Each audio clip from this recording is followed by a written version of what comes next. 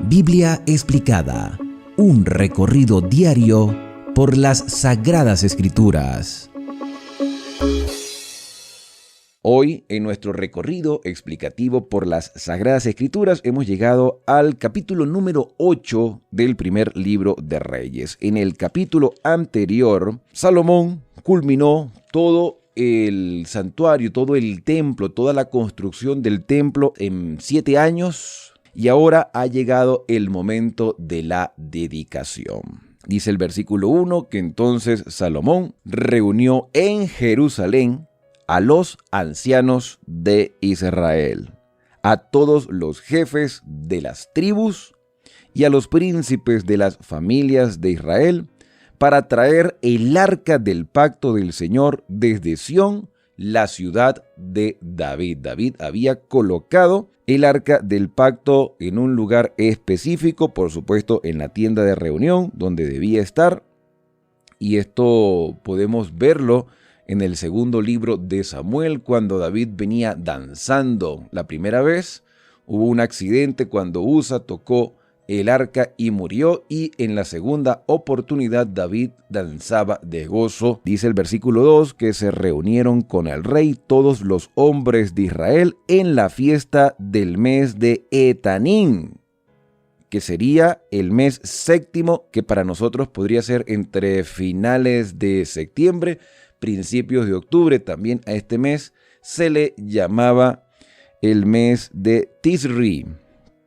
Cuando llegaron todos los ancianos de Israel, los sacerdotes tomaron el arca. Y este mes es importante porque en este periodo de tiempo se hacían 3 ceremonias espirituales, 3 fiestas solemnes, como lo eran las trompetas o los chofares, también el día de la expiación o Yom Kippur, y la fiesta de las cabañas, también conocidas como el Sukkot.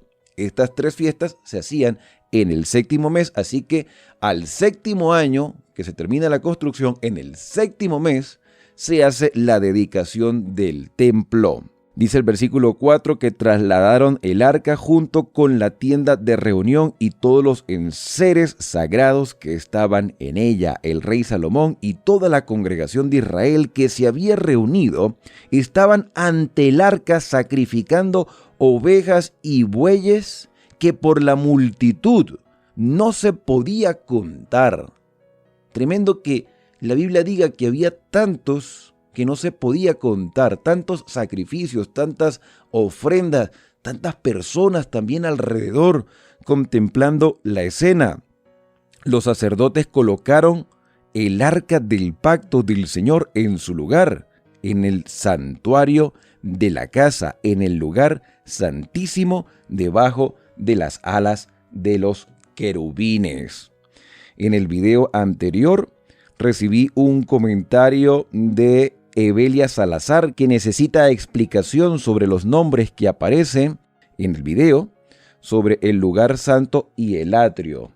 Voy a colocar de nuevo una imagen, la imagen que hemos utilizado en otras ocasiones, donde está allí el santuario. Y el santuario tenía 3 divisiones: el atrio exterior, el lugar santo y el lugar santísimo. Eran 3 divisiones, secciones o lugares que tenían diferentes muebles, y que estos muebles y estos lugares tenían una representación en el ministerio que Cristo hizo y continúa haciendo. Por ejemplo, en el atrio exterior, donde se sacrificaban los corderos, ahí en la parte de afuera, que eso por supuesto representa la cruz de Cristo, y al representar la cruz también representa la tierra, porque así lo entendemos, porque Cristo murió en este mundo.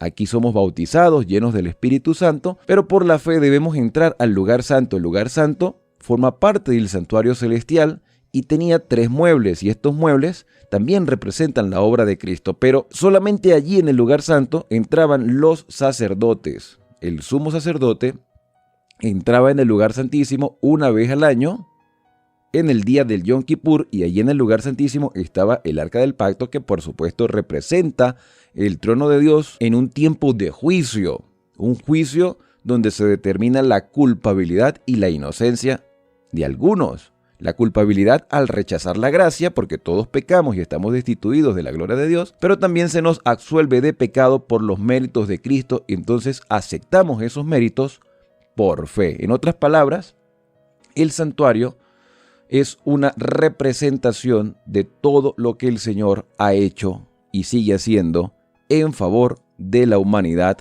pecadora. Entonces, el arca del testimonio, el arca del pacto, la llevaron al lugar santísimo donde debía estar. Versículo 7. Porque los querubines tenían extendidas las alas sobre el lugar del arca. Así los querubines cubrían el arca y sus varas. Salomón hizo unos querubines, unos ángeles grandes para estar dentro del lugar santísimo. El arca tenía también unos ángeles encima de la tapa del arca, llamada el propiciatorio, pero Salomón quiso adornar allí el lugar santísimo también para demostrar que los ángeles de Dios están al tanto de toda la obra que Dios hace en favor de la humanidad. El versículo 8 expresa que las varas eran tan largas, las varas que sostenían el arca, que se podían ver desde el lugar santo que estaba delante del lugar santísimo, pero no se veían desde afuera, así quedaron hasta hoy. Versículo 9. En el arca, y este versículo es importantísimo, hermanos, en el arca ninguna cosa había sino las 2 tablas de piedra que Moisés había puesto allí en Horeb, donde el Señor hizo pacto con los israelitas cuando salieron de Egipto. A ver, siempre hemos escuchado y hemos leído en Hebreos capítulo 9, verso 4, que dentro del arca estaban los 10 mandamientos, estaba el maná que cayó del cielo y la vara de Aarón que reverdeció. Hebreos 9:4 habla con respecto a esto, pero aquí estamos leyendo en Reyes capítulo 8 y también se puede confirmar en Crónicas, en Segundo de Crónicas capítulo 5, que es el capítulo paralelo a esta historia. Segundo de Crónicas, capítulo 5, verso 10, que solamente estaban los 10 mandamientos. Puede ser que estaban en este contexto, que en algún momento el maná ya no estuvo, ni la vara no estuvo, no sé, porque quizás el maná se dañó con el tiempo. No se dice que iba a permanecer para siempre, ni la vara tampoco iba a permanecer verde para siempre. Tenemos que pensar un poco qué fue lo que sucedió. Éxodo, capítulo 16, que te invito a leer, y que también te invito a ver el video explicativo sobre Éxodo 16, en los versículos 32 al 34 se presenta que Dios mandó a Moisés y Aarón a colocar parte del maná como un testimonio delante de los mandamientos, delante del testimonio que Dios había dado, delante de las tablas que Dios había escrito con su propio dedo. Ahora, esa expresión delante se puede entender que está dentro del arca, pero delante de la tabla de los 10 mandamientos. Igualmente en Números 17 se habla de la vara de Aarón, donde el Señor manda a Moisés y Aarón a colocar la vara delante del testimonio. Se pudo haber dicho delante del arca afuera, pero solo se dice delante, y de ahí viene la conclusión de que estuvo dentro del arca porque Hebreos, el escritor de Hebreos, que no era desconocedor de la Torá, pudo decir con claridad que dentro del arca estaban los 10 mandamientos, estaba la vara de Aarón, estaba el maná, pero el libro de Reyes solamente hace énfasis y aclara que solo estaban los 10 mandamientos. El hecho de que no esté el maná en este contexto, que no esté la vara de Aarón, no quiere decir que nunca estuvieron. Posiblemente el escritor de Reyes quería enfatizar la importancia de los mandamientos, la importancia de que allí en el arca había una norma de vida para el pueblo de Israel, una norma por la cual seremos juzgados, por la cual nosotros debemos regir nuestra conducta. El maná nos recuerda la providencia de Dios al sustentar a su pueblo con alimento diario. La vara de Aarón representa el liderazgo y que Dios puede hacer florecer a una persona por más indigna que parezca ante los ojos de los demás.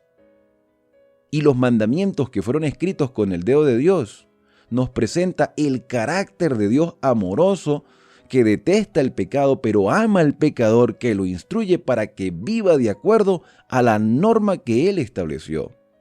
Los parámetros de vida se rigen a través de los mandamientos. Dios nos juzga a través de los mandamientos. Dios quiere que vivamos a la luz de lo que Él nos ha revelado. Y yo creo que esto es lo más importante, más que decir si estaba o no estaba el maná, estaba o no estaba la vara de Aarón. Los mandamientos son cruciales porque eso es precisamente lo que genera el conflicto en la actualidad. Hoy en día hay un conflicto de decir, no es que no estamos bajo la ley, sino bajo la gracia. Es verdad, pero eso no nos exime y eso no nos da autoridad para violar lo que Dios escribió con su propio dedo. Esto es importante, saber de que allí estaban los mandamientos y que siguen vigentes para el día de hoy.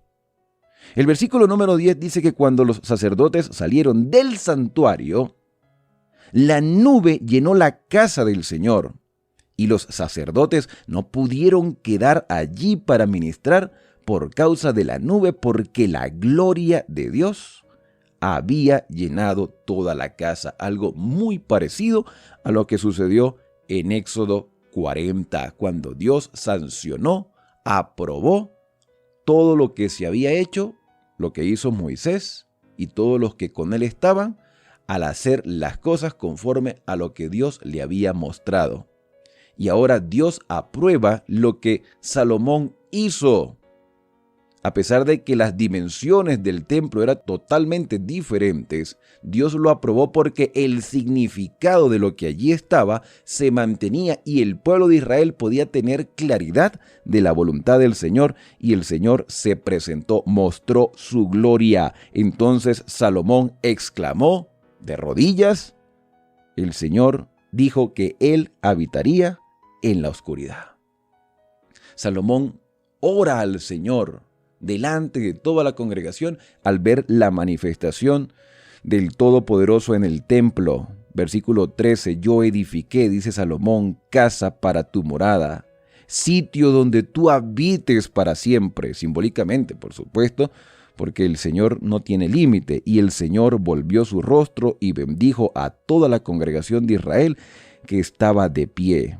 Dijo Salomón, bendito sea el Señor, Dios de Israel, que con su mano cumplió lo que con su boca había prometido a David mi padre, porque él dijo, desde el día que saqué de Egipto a mi pueblo Israel, no había elegido yo ninguna ciudad de todo Israel donde edificar casa en la cual estuviera mi nombre, aunque elegí a David para gobernar a mi pueblo Israel. David mi padre en su corazón pensó en edificar casa en honor del nombre del Señor Dios de Israel, pero él dijo a David mi padre, bien hiciste en haber pensado en tu corazón en edificar casa a mi nombre, porque la idea era que la verdad que el santuario proyectaba pudiese llegar a todas las personas, hubiese una reforma espiritual, que todos pudiesen entender lo que Dios había establecido. Pero él dijo a David mi padre, bien hiciste en pensar en tu corazón edificar casa a mi nombre, pero tú no edificarás la casa, sino tu hijo que saldrá de tus lomos, él edificará casa a mi nombre, y el Señor ha cumplido la promesa que ha pronunciado, pues yo he sucedido a David mi padre, me he sentado en el trono de Israel como el Señor había dicho, y edifiqué el templo en honor del nombre del Señor Dios de Israel, y he puesto en él un lugar para el arca, donde está el pacto, hablando de los mandamientos, que el Señor hizo con nuestros padres cuando los sacó de Egipto. Ahora, este pacto, estos mandamientos que estuvieron en piedra, deben estar en nuestro corazón, debe ser parte de nuestra vida. El pacto debe ser en el corazón. Cuando se habla del nuevo y antiguo pacto, no es que antiguo quiere decir que ya no sirve. No, cuando se habla de antiguo y nuevo pacto, se habla de que hubo un pacto inicial y que hay una renovación del pacto, pero la esencia se mantiene. Así como hubo una tienda de reunión y ahora es un templo, y en algún momento los mandamientos estuvieron en piedra, ahora tienen que estar en nuestra mente, ser una realidad en nuestra vida. Eso es lo que significa antiguo y nuevo pacto, que en algún momento estuvo en piedra, pero ahora están en nuestro corazón. Hay una renovación, forman parte de nuestro ser. No es simplemente que está escrito, es que forma parte de nuestra vida. Hacemos de los mandamientos de Dios el estilo de nuestra vida, el que rige nuestra conducta, el que nos diferencia de los demás, el que nos permite hacer la voluntad del Señor, vivir de acuerdo a ella. Entonces Salomón, versículo 22, se puso ante el altar del Señor en presencia de toda la congregación, extendió sus manos al cielo y exclamó: Señor Dios de Israel. Continúa esta oración, pero ahora viene un pedido, una solicitud al Señor para que Él continúe obrando en su pueblo. Salomón dice: no hay Dios como tú, ni arriba en el cielo, ni abajo en la tierra, que guarda el pacto de amor. Este supuesto antiguo pacto, como dicen algunos, que quedó abolido. Salomón aquí lo llama pacto de amor. ¿Cómo puede quedar abolido el amor de Dios? Pacto de amor a sus siervos, los que andan ante ti con todo su corazón. Tú has cumplido a tu siervo David, mi padre, lo que le prometiste. Le dijiste con tu boca y con tu mano lo cumpliste en este día. Ahora, Señor, Dios de Israel, cumple a tu siervo David, mi padre, lo que le prometiste al decirle: no faltará varón que se siente en el trono de Israel, con tal que tus hijos guarden mi camino y anden ante mí como has andado tú. Ahora, Dios de Israel, confirma la promesa que diste a tu siervo David, mi padre. Y Dios iba a confirmar esa promesa, porque el Mesías vendría. La promesa era que vendría el Redentor, pero vendría de la simiente de David. Sin embargo, ¿habitará ciertamente Dios en la tierra? Si los cielos de los cielos no te pueden contener, cuánto menos esta casa que yo edifiqué. Salomón estaba claro. Este templo es para el Señor. Dios nos acompaña, pero Dios no puede ser retenido en una casa. Dios está en todo el universo porque Él lo creó todo. Versículo 28. Con todo, Señor Dios, atiende a la oración de tu siervo, a su plegaria. Oye el clamor y la oración que tu siervo eleva hoy ante ti. Estén tus ojos abiertos día y noche sobre esta casa, sobre este lugar del cual has dicho: mi nombre está allí. Oye la oración que tu siervo te dirige ahora en este lugar. Y viene a continuación los 7 pedidos de Salomón. Primer pedido: perdón para el penitente, versículo 30 hasta el 32. Oye pues la oración de tu siervo y tu pueblo Israel. Cuando oren en este lugar, oye desde tu morada, desde los cielos, escucha y perdona. Cuando alguno peque contra su prójimo y le tomen juramento ante tu altar en esta casa, escucha desde el cielo y obra, juzga a tus siervos.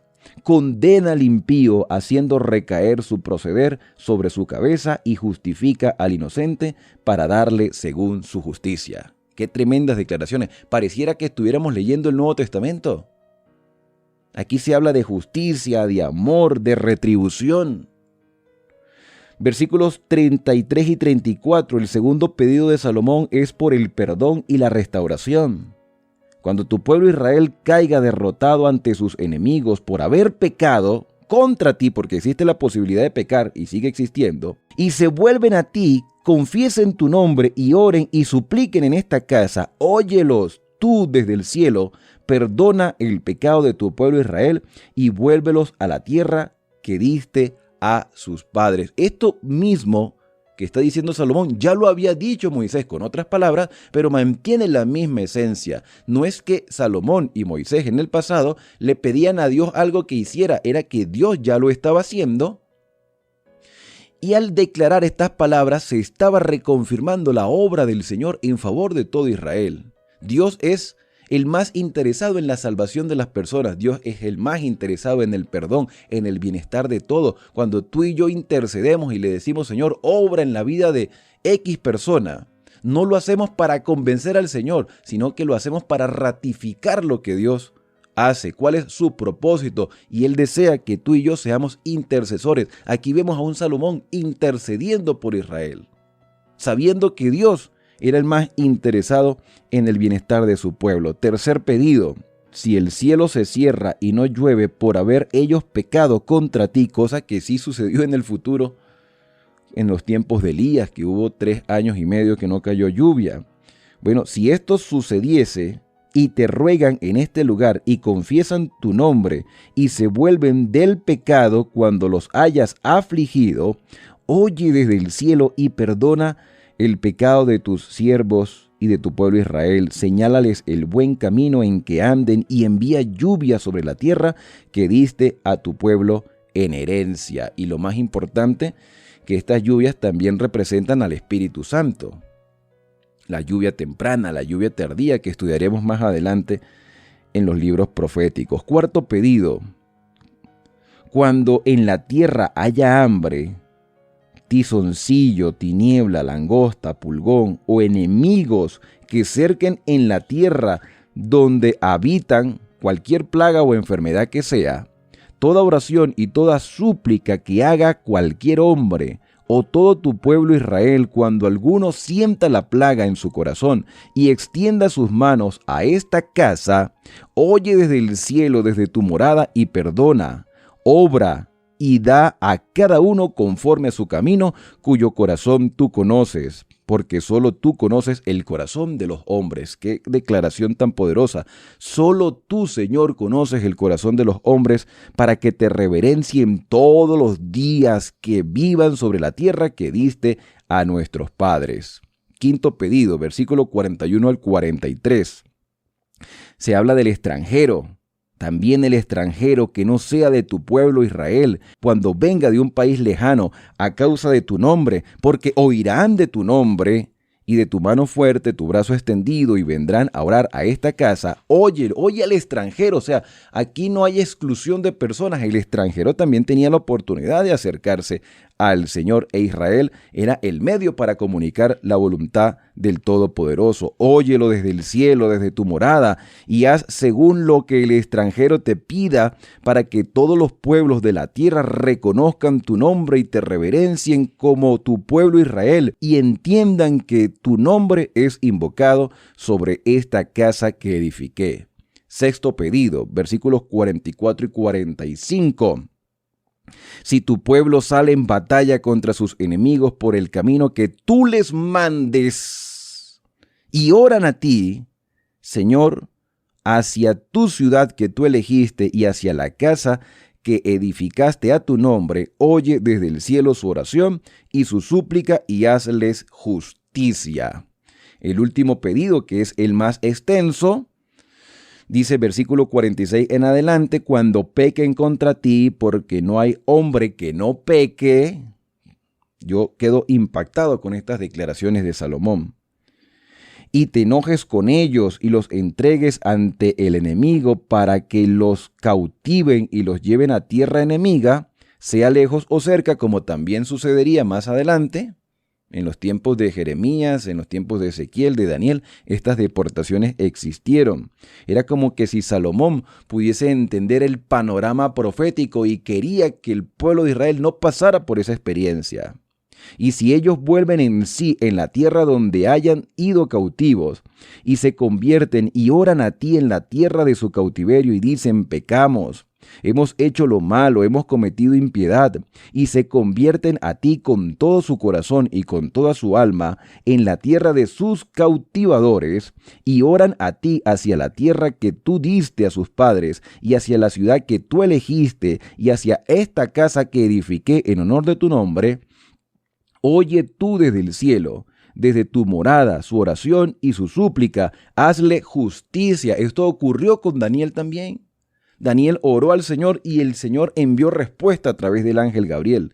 Lo podemos leer en el capítulo 9 del profeta Daniel.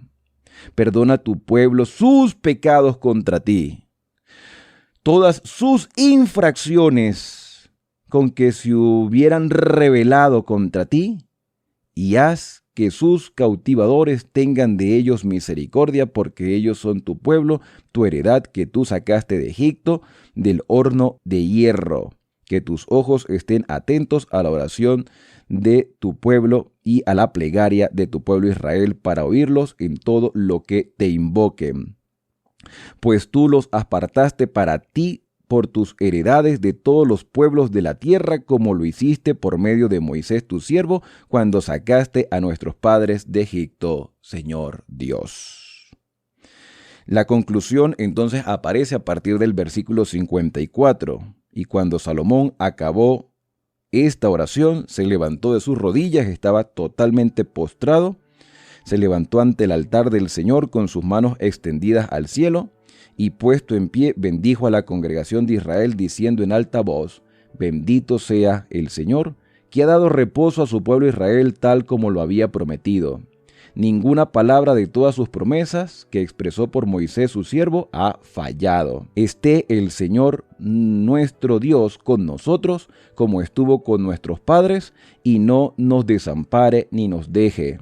Incline nuestro corazón hacia sí, para que andemos en todos sus caminos y guardemos sus mandamientos, sus normas y derechos que mandó a nuestros padres, y que estas palabras con que oré ante el Señor estén cerca del Señor nuestro Dios día y noche, para que Él proteja la casa de su siervo y dé a su pueblo Israel según la necesidad de cada día, para que todos los pueblos de la tierra, todo el mundo sepa que el Señor es Dios y no hay otro.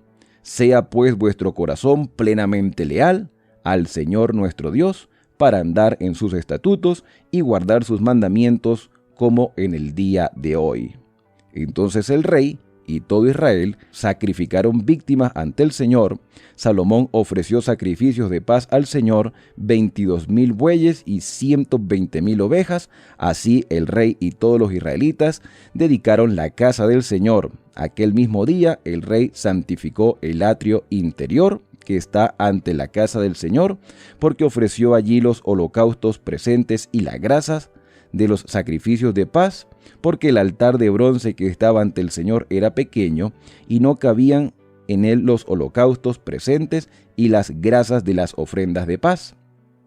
En esa ocasión Salomón celebró fiesta con todo Israel. ¿Cuál fiesta? Posiblemente la fiesta de las cabañas, puede ser, porque están en el 7º mes. Una inmensa congregación venida de Hamat hasta el río de Egipto tuvieron fiesta ante el Señor nuestro Dios por 7 días y otros 7 días, esto es durante 14 días. Al día siguiente, es decir, el día 15, Salomón despidió al pueblo, y ellos, bendiciendo al rey, se fueron a sus estancias alegres y gozosos de corazón por todos los beneficios que el Señor había hecho a David, su siervo, y a todo el pueblo de Israel. Y de esta manera culmina este capítulo 8. Yo creo que ya no hay más comentario que decir, porque Salomón lo expresa todo con palabras entendibles. Salomón exalta a Dios y compromete al pueblo a ser fiel a los mandamientos.